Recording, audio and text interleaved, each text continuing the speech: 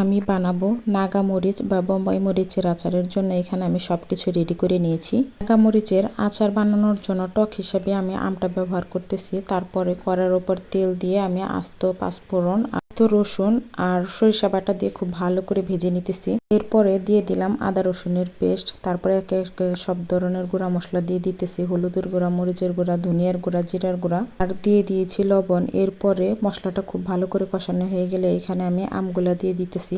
আমগুলা ঢাকনা দিয়ে ঢেকে বেশ অনেকটা আমি সিদ্ধ করে নেব। আমগুলা যখন একদম সিদ্ধ হয়ে যাবে তখন এর মধ্যে আমি কেটে রাখা বোম্বাই মরিচগুলা দিয়ে দিব। এরপরে এর মধ্যে টক আর ঝালের ব্যালেন্স করার জন্য অল্প একটু চিনি দিয়ে দিব। তার উপরে দিয়ে দিব পাঁচফোড়ন যে ভেজে রেখেছিলাম সেইটার গুঁড়া। এরপর কিছুক্ষণ রান্নার পরে 1 কাপ আমি ভিনেগার দিয়ে দিব। ভিনেগারটা দিয়ে বেশ কিছুক্ষণ রান্না করে নেওয়া হয়ে গেলে রেডি হয়ে যাবে আমার বোম্বাই মরিচের আচার।